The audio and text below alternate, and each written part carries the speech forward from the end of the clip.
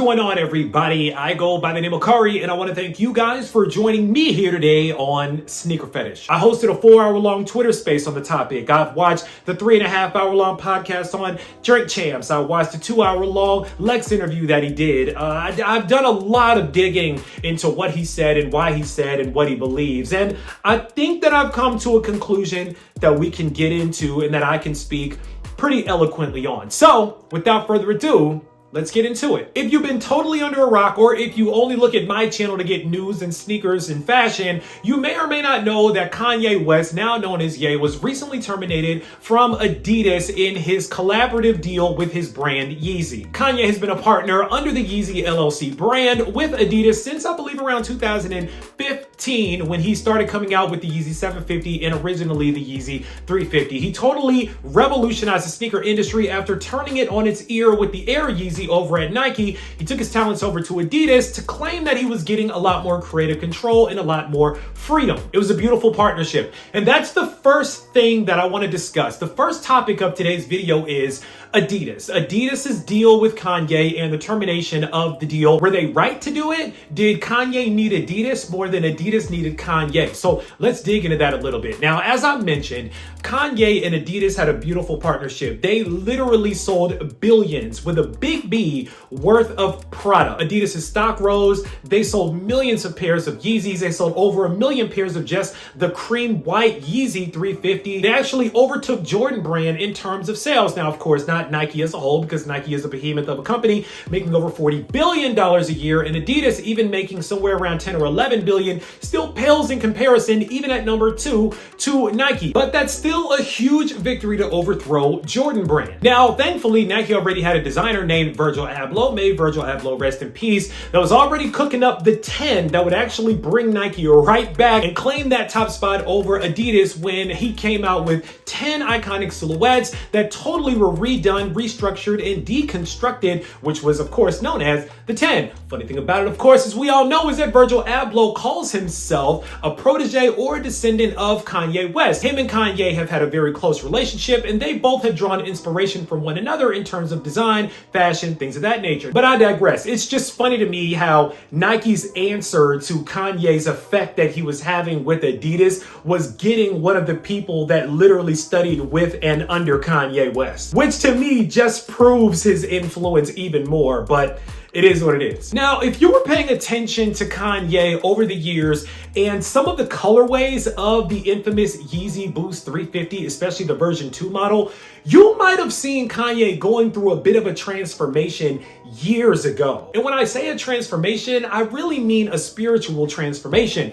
If you guys remember, we've talked a lot about a lot of different colorways of the Yeezy 350 version 2, and I've gone in depth about what the inspiration and the history behind some of the names of the colorways themselves. For instance, the Yeez Real, the Yeshil, the Yeshaya, or whatever the name of it was, all of these colorways had spiritual and biblical connotations to them when you really dug into them. Now, this is YouTube. Now, not everybody is going to do that. Some people are just going to say, this is a flag colorway, go pick up the Yeez Real. But other people that really like to dig a little bit more into the history of the story, nerds like myself, realized that there was this common thread that linked back to Yeezy, and that was the YE at the beginning of all of those different colorways. And if you know a bit of your history about Hebrew and about some of the biblical connotations, once again, of Hebrewism, then you would know that the YE, in my opinion, also led to the name Yeshu or Yahshua or Jesus, or the Hebrew interpretation of the name Jesus. And I remember thinking to myself back when all these colorways were coming out, number one, how is Adidas letting Kanye come out with all these different spiritually loaded colorways of the 350s? And not only that, does Kanye really think that he is God or the reincarnation of Jesus here on earth? Is he becoming a bit of a martyr himself by a lot of the things that he's saying and doing, and the interviews he's doing, saying things like, I am a God, and things of that nature? What's going on with him? Are there people talking to him and teaching him? And we're going to get into some of these teachings and some of the history of all that. But just when it comes to Adidas, I found it very interesting, I guess I'll say that. Now, as time went on, some of the colorways I noticed became a little bit more docile. We started getting less spiritually loaded names of the 350s and more generally acceptable names of the 350. Names like Salt and Jade Ash and Onyx, or we went from those spiritual names to names that maybe had to do with different substances or precious minerals, crystals, things like that. So maybe things that still had some spiritual backing and connotation to it, but things that weren't literally derivative of names from the Bible. I think that was a warning on Adidas's part to say, hey, relax on some of the stuff that you're doing out here, Kanye. We want to continue doing business with you, but we're going to have to kind of pull this a little bit over here. Well, all that came crashing down on Yeezy Day of this year. 2022 Yeezy Day brought about some incredible restocks on a lot of sneakers, and for the first time, the re-release of the original Adidas 350 Boost Turtle Dove. Now, with that, Kanye didn't specifically say which models he had a problem with, but that, in my opinion, kind of started a lot of the rants that Kanye ended up having towards Adidas, and he took to Instagram to talk about how dissatisfied he was. I believe he wrote something to Complex and to some other people talking about how mad he was about the way that Yeezy Day went down, saying that colorways and models were being approved without his control from the brand. And I thought to myself, I wonder if he never wanted that turtle dove to come back out again, or maybe some other colorway or something like that he didn't like. But he felt like the control that he thought that he once had, unfortunately, was starting to slip away from him. And that, to me, was the start of a bad decline. When it seemed like not enough was going on, it seemed like Kanye turned it up a notch, and he started making more and more and more erratic posts on Instagram, kind of documenting with more shock value his plans with Adidas, or the fact that he wanted to get away from Adidas. And he started going on a really big campaign, literally trying and begging to get out of his deal with Adidas, because I think at that point he felt like he had totally lost control of his brand and his business. Yeah, sure, he was making a lot of money, but at the end of the day, if you don't have control, what good is the money that you're making if you're under someone else's control? Now, that's funny because, again, the question that I posed is, did Kanye need Adidas, or did Adidas need Kanye? I think that the clear answer here is both. I think that Kanye needed Adidas to really not only get him out of debt, because if you guys remember, when he came into Adidas, he was like $50 million in debt or something. So his deal literally made him a billionaire, got him out of debt, made him hundreds of millions, if not billions of dollars between just the shoe deals that he was doing, and then of course his other revenue streams that he had as well. But Adidas also had infrastructure, and Adidas also had a lot of things that were very beneficial to Kanye in building his business. They had a lot of great designers that Kanye ended up sniping some of them and bringing them over to Yeezy brand. And those guys were doing a whole lot better job than some of the people or the designs that he had with the actual Yeezy in-house label, because that, again, were the hobo clothes that nobody wanted to wear. Interesting fact though, while we're talking about these models, did you know that even though Kanye claims to have owned a lot of things, he apparently isn't on any of the design patents for any of the Yeezy models that have ever come out under Adidas except for one, the Yeezy Slide. The Slide is the only design patent that has been released under Adidas through Yeezy's partnership with them that Kanye's name is actually on as an inventor of that product. So the 700s, the 350s, all these other products were made by other people. It's kind of a shame because it really did feel like a lot of smoke and mirrors. I thought that Kanye owned a lot of the things that he doesn't own. Side note real quick, he doesn't even own the stem player device that was used to release his Donda 2 album and the original Donda album. Apparently that's owned by Kano and Alex Klein, which Kanye mentioned in one of his many podcasts and interviews that he felt like Alex Klein played him after them being friends for years. That's a whole other topic for a whole other day, but Kanye isn't even listed as one of the 10 inventors of the stem player as well, after designing it and creating it alongside Alex Klein for STEM. This is a lot going on here, but let me bring it back to Adidas. Now, we all know where this story ended up going. His posts got more and more outrageous, more and more wild, and more offensive. And they got so offensive that they were starting to piss off some of the wrong people, in my opinion. He was starting to make a lot of very powerful people, both at the brands that he was working with, like Adidas, and then other really influential figures at large very upset as well. He was starting to call out people on boards and starting to say really weird cryptic things. He was posting things with other hidden messages inside of it that you had to turn up the brightness on your screen just to be able to see the hidden message inside of it. He made wild claims about Drake and about other people sleeping with other people, and it just got wild. But here's the deal. Kanye knew exactly what he was doing. Kanye understands his influence, and he also understands the power of shock value. Let's talk a little bit about that real quick. If you watch some of Kanye's earliest documentaries, and I suggest that you watch the Genius documentary as well, it's very well done, then you recognize that Kanye recognizes people's reactions to certain things like punchlines and certain words and phrases that are used. And he understands that people will generally gloss over certain things, but if you hit them with a nice snappy punchline, you might pique their attention. One of the first iterations of this where he really had a line that I think really grabbed people's attention was on the song Last Call on the College Dropout album, where he said, "Mayonnaise colored Benz, I push miracle whips." I remember that got my attention, and I know it got the attention of a lot of people because they were like, wow, the wordplay was crazy. And at that point, even if you didn't remember the rest of the song, you remembered that line. And I think Kanye understood very early on that people will pay attention to certain words and phrases that will grab their attention, and they'll sensationalize it and magnify it to make it much larger than it actually is. Now, stick with me on that. As someone that recognizes the power in words and phrases, and someone that,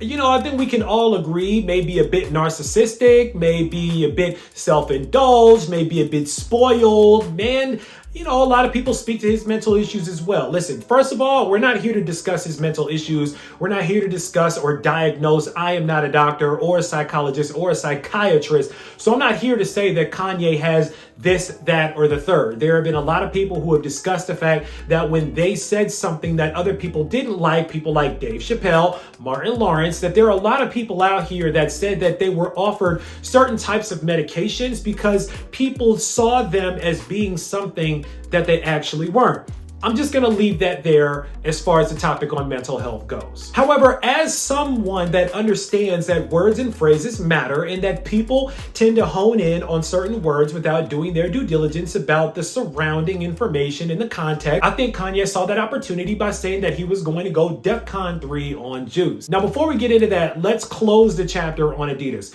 Was Adidas right to drop Kanye? Absolutely, yes. I think that Adidas was right to drop Kanye West. I believe that Adidas needed Kanye as much as Kanye needed Adidas. However, I do believe that it's going to be a lot harder to find another Kanye West in terms of a collaborator or in terms of another figurehead that boosts your brand and your brand's image than it is going to be to find another sneaker company or another tech company or another company that maybe in Kanye's eyes are kind of a dime a dozen. Nike's Nike, Adidas is Adidas, New Balance is New Balance, or maybe Skechers is Skechers, even though I don't really believe that Kanye went to Skechers trying to get a collaboration. I think that he went there to literally prove the points that he was making about Jewish controlled companies, because Skechers is, I believe, a Jewish run or Jewish owned company, something like that. But again, I digress. Yes, Adidas was right to drop Kanye. Now, not even maybe because of their own internal beliefs, because we have to remember something, guys.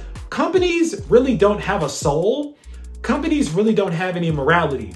Companies have a moral compass that is driven by the popular opinion of society and its intended demographic and customer base. And what I mean by that is this: if a certain group of people highlights something and it becomes big enough where the companies and corporations that are being poked at are feeling the pressure that could potentially impact their bottom line, then, and usually only then, will they make a statement about it. And here's what I mean. Black Lives Matter, right? So when Black Lives Matter happened, the death of George Floyd, may he rest in peace, and Breonna Taylor, and some of the larger stories that started coming out here in terms of violence and things of that nature, a lot of companies then and only then took to their social medias to post little black squares or to make these grandiose promises about investing in black communities and giving scholarships to black students and doing all these things that they did, which was all well and good. But honestly, a lot of that has kind of gone by the wayside and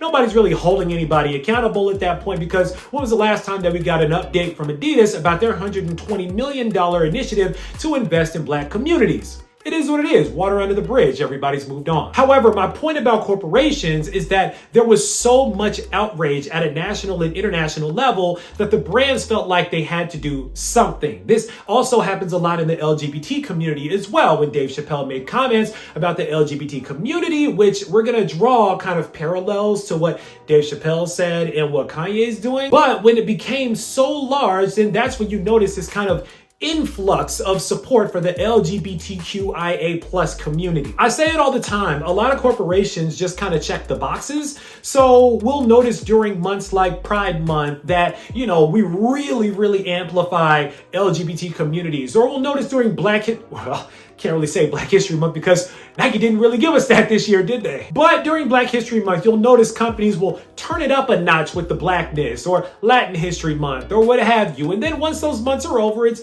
kind of business as usual. When Kanye made anti-Semitic comments, I believe that Kanye understood the pressure that it was going to put on a brand like Adidas to have to terminate his contract because so many people would flood the company with their disdain for his comments. And if Kanye was trying to get out of his contract, like he seemed to be yelling and screaming to get out of his contract just weeks prior to making those comments, what better way to do it than to target the Jewish community? You see, targeting the Black community doesn't work very well. When Kanye made his famous "slavery was a choice" comments on TMZ, yeah, people got mad. Sure, there were think pieces made about it. But one of the problems, and I'm gonna keep it very, very honest here today, is that as an African-American man, I can tell you honestly, even though we don't really like to say this out loud, so I'll say it quietly. One of the things that we have a problem with in the Black community out here is forming a united front when it comes to things that we feel passionate about. We become just as passive about things when the media run on those things is over. And if we're not going to continue to amplify those causes that seemingly mean a lot to us, why would media outlets and other people continue to push those narratives as well? It starts with us. Because we clearly didn't stop buying his sneakers or listening to his music, it kind of went away. There weren't enough people that made it loud enough and put enough pressure on the company, despite the fact that African Americans are one of the largest groups of consumers with over $1 trillion worth of spending power in the United States. For whatever reason, we forgave Kanye. We let him back into the fold. We didn't really hold his feet to the flames, but I'm gonna be real with you. A lot of us didn't even watch the full clip from the TMZ interview because if you watch the extended clip that Kanye put out there about his "slavery was a choice" comments, you may remember that he was specifically speaking to the mentality of slavery. He wasn't really speaking directly to slavery being a choice, but in typical Kanye fashion, he kind of stumbled into a point that he wasn't really well versed about and then tried to back his way out of it. It was just funny to me because in that particular instance, when he talked about the mentality of it, he literally said that directly after he said slavery was a choice, but nobody ever seems to talk about that. But once again, I digress. Adidas felt the heat and they had to do what they had to do. Their hand was finally forced by Kanye getting the right group of people upset, the Jewish community, a community that in society has been associated with having wealth and power. So we're gonna tell some uncomfortable truths today, right? So the first one I mentioned about the African American community and the fact that we tend to pacify things or sweep things under the rug that we should be a lot louder about. The next uncomfortable truth I'm gonna tell is we don't act like the Jewish community is a very powerful community. And the Jews of today are a group of people that tend to be highly respected in many areas. As a matter of fact, one of the highest ranking officers and executives of the ADL went on a public forum and did a public interview that you can literally look up on YouTube today and literally said that they were starting a petition that was going to go directly to Adidas for them to terminate Kanye's contract. You see, Adidas faced a lot of pressure when it came to Kanye, and pressure from Black people is one thing, but pressure from Jewish people is another thing. And we're not gonna act like that's not a thing. I'm sure that people tapped Adidas too to be like, stop messing with Kanye, but it was like, not powerful enough. But Kanye knew, and in his own very weird way that I don't agree with the way that he put this out there because it was very anti-Semitic the way that he put it out there, he actually knew the right buttons to push to finally get out of his contract. And guess what? he got what he wanted. He got out of his Adidas contract. Now, all the ins and outs about whether or not Kanye had to pay something and the reason that he got out of his contract and all this other type of stuff, that's kind of up to, you know, everybody's kind of opinion and interpretation of what it is. Now, if you want my personal opinion, maybe there was a clause in there that has some sort of buyout or payout or something like that. I don't know. Maybe by terminating the contract, Kanye wasn't liable for any of the payout that he would have had to pony up if he voluntarily got out of it. I know as somebody that works in corporate America, when I get relocated, I have to sign a relocation package. A company gives me a certain amount of money. If I end up quitting voluntarily, I owe that money back to the corporation that I'm working for. If I get fired, I don't owe that money back. So maybe there was something similar in Kanye's contract. We don't know. But yes, Adidas was right to terminate Kanye's contract, not because of morality, but because they knew that it was what they had to do because their hand was forced by a powerful group of people that were a very loud voice. And they just knew from a corporate perspective that it just wouldn't look good to align with somebody that was now being blasted on an international platform for being staunchly anti-Semitic. And that's now the label that Kanye got placed on him, which was anti-Semitic, which brings us to chapter 2 of today's video. Was Kanye really being anti-Semitic for real? My answer is yes. And the reason why I say that is because the way that he said the things that he said, while he may have figured them to mean different in his head, came out of his mouth as highly offensive. Now, here's the thing about people being offended, especially in today's society. We're in a society that we can literally say, when we watch basketball, we say that players are softer these days than they used to be. When we watch television, we post clips up of more controversial shows back in the day that we always say they could never show that in today's times. We as a collective have to accept the fact that we are in much more sensitive times when it comes to people and groups being offended than we used to be back in the day. And of course, that comes down to labeling people, especially people like an ultra wealthy black man that, let's just keep it a buck, a lot of people don't like the fact that that black man is as wealthy as he is. It's very dangerous to put words out there and rhetoric out there that you know, especially as somebody that once again understands the power of words and phrases, that you know is going to offend and upset a certain amount of people, unless that was your mission. Speaking in an irreverent and offensive manner about Jews and the Jewish culture and people. Well, there's a ton of nuance within that subject in and of itself. And you may have noticed that in a lot of Kanye's interviews, he has referred to himself as a Jew. And a lot of people really didn't take the time, just honestly because it is a crazy rabbit hole to go down, to really understand what in the world Kanye meant when he said that he is a Jew. However, there is some sustenance to that. There's some possible truth to that, but it's just wrapped in a crazy history. Now, I'm going to give you guys the history, but I'm going to give it to you guys in the most concise manner I can possibly think of to make us really understand what Kanye means when he said that he is a Jew. Back around 1000 BC, it is believed that during the Assyrian and Babylonian conquest, there were two kingdoms that were split down the middle, basically. A northern kingdom, which was known as Israel, and a southern kingdom, which was known as Judah. As these conquests continued and some of these kingdoms were overtaken, there was a lot more information about what happened to the southern kingdom of Judah, where those people were taken over to Babylon.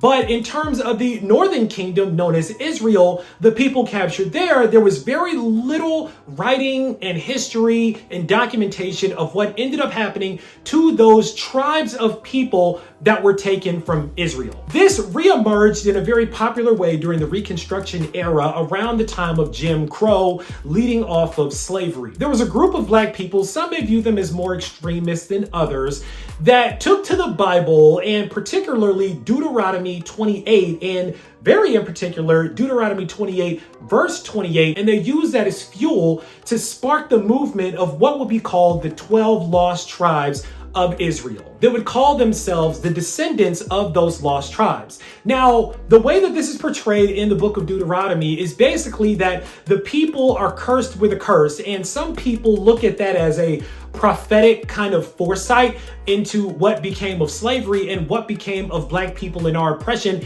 in the United States. So when Kanye mentioned that he is a Jew, he's speaking to the Black Hebrew Israelite movement that is currently growing and is pretty strong with that group of people, and he's associating himself with that group. But here's why that's dangerous. There's a lot, and I mean a lot, of nuance and very controversial beliefs that are ingrained within the Black Hebrew Israelite movement. Some people believe it's all a farce, it's all fake. Some people believe that there's a lot more to it than meets the eye. Me being one of those people, I think there's a lot more to it than meets the eye. And whatever your religion is, and whatever the concept of religion is, which I don't want to get super heavily into it, but I do want to touch on it just a little bit.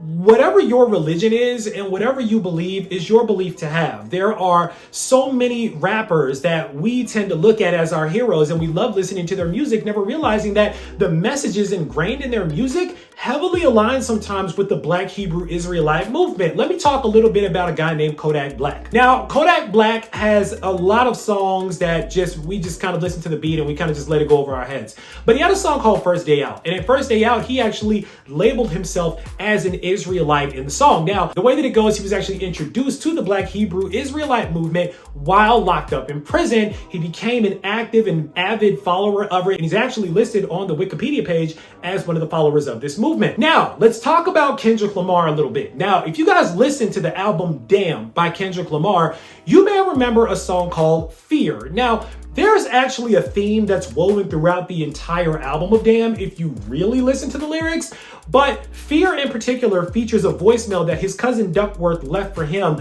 really digging into Deuteronomy 28. His cousin is an avid Black Hebrew Israelite follower and a high-ranking member of that group. Now, while Kendrick doesn't necessarily claim to be a Black Hebrew Israelite, this song is very interesting, Fear, because it describes fear as a concept that's hardwired into Black people, be it through our own family trauma or through socioeconomic climate. But the voicemail in the song directly talks about that verse, and it's him educating Kendrick and bringing him to the light about this movement. Now, when you really think about that and you really think about the thematic elements of that album, it makes a whole lot of sense why the album is called Damn. Because if somebody came to you and dropped spiritual bombs on you that opened up your eyes to this whole new spiritual realm and possibly sparked a spiritual reawakening and renaissance inside of you, what's a word that you would use to describe that feeling?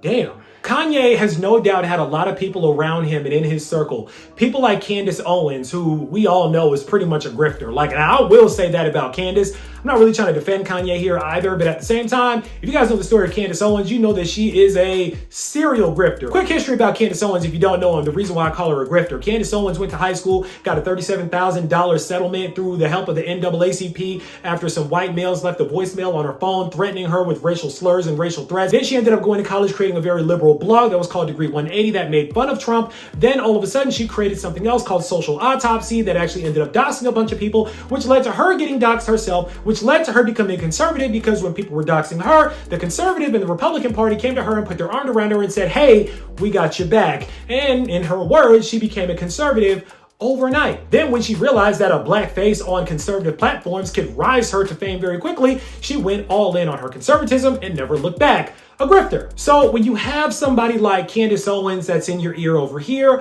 when you have people like Donald Trump and other people that are in your ear over here, when you have black people that are trying to tell you to come back home in front of your face over here, you become confused. You don't really know what to do. And for somebody like Kanye that admittedly has never actually read a full book before in his life, what you end up doing is taking little bits and pieces of everything, and they kind of become this stew, this weird casserole of conflicting ideas that make him a walking contradiction of himself. And that, combined with somebody that has the level of influence that Kanye has, makes him a very dangerous person. Now, let's talk about danger in terms of influence and why I think that we've been a little hypocritical, especially in the sneaker community, about the way that we've been judging Kanye West.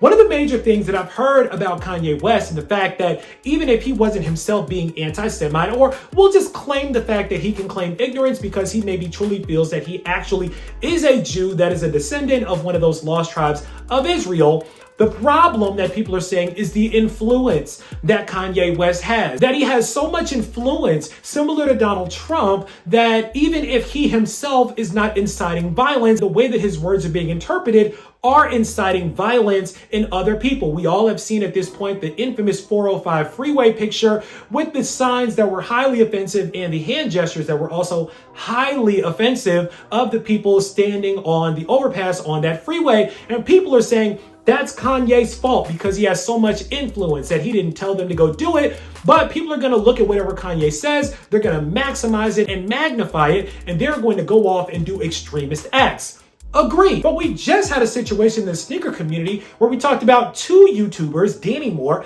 and Kais Omar, and their use of the N-word multiple times across social media platforms, and that got swept under the rug. But here's the deal. Even if they weren't the problem, they have enough influence to incite other people who follow them to use offensive words like the N-word. So now, maybe because somebody saw that Kais said it and it was okay because other people like Tony D and other black people back them up, maybe it's okay for me to walk up to somebody at SneakerCon and call them the N-word because this guy that influences me can use the N-word with impunity. Now, I wouldn't suggest that because if you walk up to me at a SneakerCon and you get punched in the mouth, it's going to be a problem. But it's just funny how all of a sudden we can nail Kanye to the wall for his influence, but we can pacify and forgive people for their influence or act ignorant to how much influence they have in the sneaker community. Ain't that something? Getting back to Kanye, do I think that Kanye was being anti-Semitic?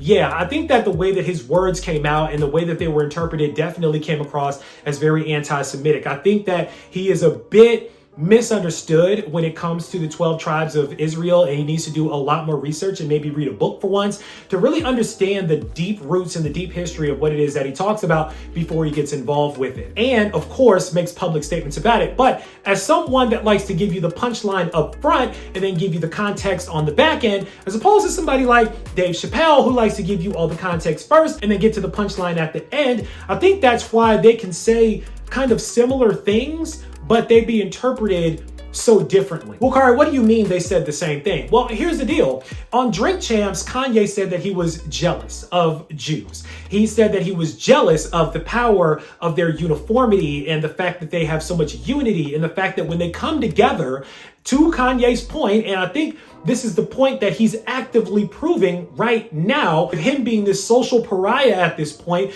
that when you have a group that's very unified and very tight-knit and has a very loud and powerful voice and an influential voice, more influential than Kanye West, that's when things start to happen. And he's jealous of that. And that's what he ended up saying on the Drink Champs interview.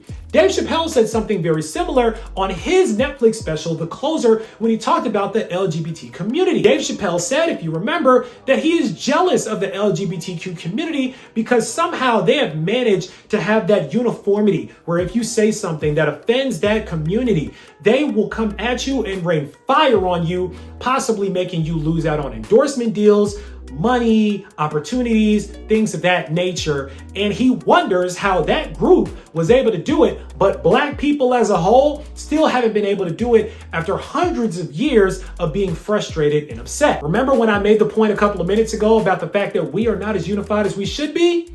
I rest my case. But yes, it came out as very anti-Semitic. But again, he gave us the punchline up front, and once the punchline came, we didn't really need anything else. Similar to nobody really watching the extended cut of the TMZ interview, nobody really checked for the context of what he was saying. That's minimized because that's not what gets the clicks. That's not what gets the views. That's not what gets the people going out here. What gets the people going is the punchline, is the anti-Semitic comments that Kanye is making, and the fact that it can now be sensationalized because people like to be a part of a moment and people like to be upset about things. And so now this this is something that, as long as I don't look at the context and I remain pretty ignorant to it, I can continue to yell about how offended I am in an effort to try to get this man canceled. The plan worked perfectly. What Kanye was trying to do and the response that he knew that he was going to get worked hand in hand, and it created this firestorm of him losing all this money and losing all this net worth and blah, blah, blah. But at the end of the day, even without the money and the net worth, Kanye has been the #1 topic on Google searches, probably internationally, for the last 3 days. You have some of the most popular vloggers in the world stopping everything to make whole 12, 13-minute long videos specifically about Kanye West. Why? Because at the end of the day, he's still somebody that we have our eye on as being the most possibly influential person in our recent history, especially in pop culture. I've made some points, but I want to make a clear break to get into the next topic, which is, why is there so much backlash on Kanye West right now? Why is his Essentials playlist being taken down off of Apple Music, and murals are being painted over of him, and he's losing everything, and all of these people are raining down fire on him? I think that there's a couple of reasons for that. Number one, I think that it's because he's black. I think that when it comes to wealth, especially the wealth of African Americans in this country, it's frowned upon by certain people, maybe by a lot of people. How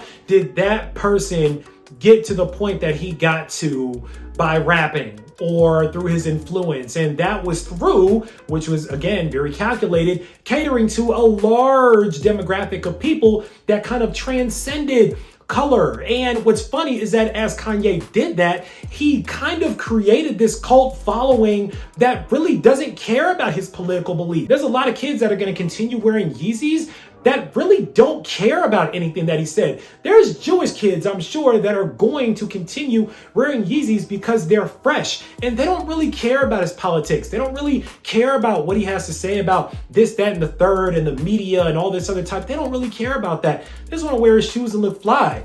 And if you think Kanye doesn't understand his influence and the fact that there are a lot of people that are going to continue rocking his stuff that don't care about his politics, think again. He knows. Now, I don't think that it's all because he's black, the reason why he's losing a lot of these endorsement deals and a lot of these things. I also think that it's because he pissed off the wrong set of people. I think that if a white person pissed off the wrong set of people, they could lose a lot of endorsement deals and a lot of money as well. So yeah, I'm not just saying that's particularly it. But let's just keep it funky with the history that we have in this country as far as the way that black people have been viewed on a conscious and subconscious level, on an overt and kind of subtle level. You know, we got to throw that into the mix too. But I think that's why this ended up being as big as it was. It's just because people who have been looking for something to get mad at Kanye about finally found something to latch onto that was big enough that could catch real fire that could bring him down. One thing that I've learned out here these days is that people truly will build you up to break you down. And to my point that I mentioned a little while ago about people kind of omitting context or not really studying into the things that are being said and done out here, especially if they don't really have to, because the comments that are made on the surface are so offensive that they don't really have to look at context. It was an easy play to jump on the bandwagon of we all hate Kanye. But how long is that going to last? Which brings me to my next point. Are we really done with Kanye? Are y'all really done buying Kanye West sneakers? And I mean, think about this for a second. Are you really done? Because everybody's going to say that they're finished right now. And of course, with the news that Adidas is going to continue selling these models just without any of the Yeezy branding on it, are you going to continue buying a shoe that looks like this? In my opinion, yes. I think a lot of people, even if they say no right now, they're going to buy this stuff as soon as all this blows over and Kanye goes quiet, which I think at this point, because he's gotten so much of what he wanted, I think he's going to get a little quieter and a little quieter and a little quieter until he comes back with some grandiose gesture or some grandiose album or some amazing thing that he's doing that's going to get a lot of people to bring him back into the fold, because that's what we do, right? We forgive people and we overlook things, especially if it impedes on our ability to look fresh, like what Gucci did with that monkey sweater, or what H&M did by putting that boy in a monkey shirt. So I call BS on a lot of people that say that they're done with Kanye. Yeah, you might be done for today or even for the next few months, but at some point, I think that people's desire to be fresh and our deep-rooted connection with the music that Kanye has made and the impact that Kanye has had and things like that, I think that's going to kind of overshadow our immediate upsetment and disappointment and frustration in Kanye.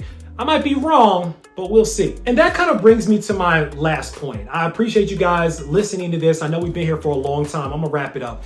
What happens next? What happens next for Kanye?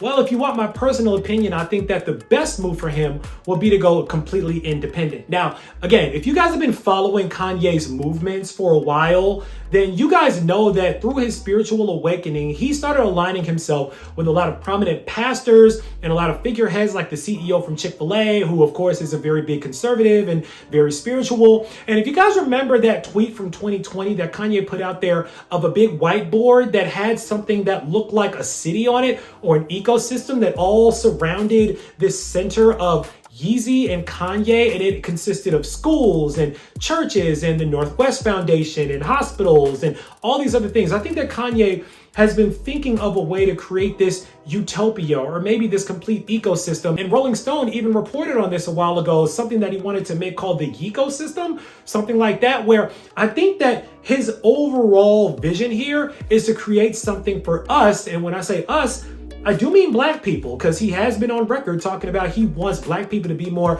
sufficient or for us to all be engineers or what have you. I think that that's ultimately his goal here, but creating the infrastructure around that might be hard. So maybe he needs to pump out a couple more albums or hop on board of a couple more sneaker companies to build up a few billion more dollars in order to fulfill that ultimate wish. Or maybe he's already there. Maybe he already feels like he's in a prime position now to go completely independent and to get back to making Yeezy without the attachment of any other brand to it. Maybe he finessed Adidas. Maybe these sneakers were nothing more than little pieces of money in his pocket that were maybe for a greater good. I mean, we talk about a lot of times, maybe Kanye himself looks at himself as Robin Hood, taking money from the rich companies like Adidas and Nike and then giving them back to his own community and people.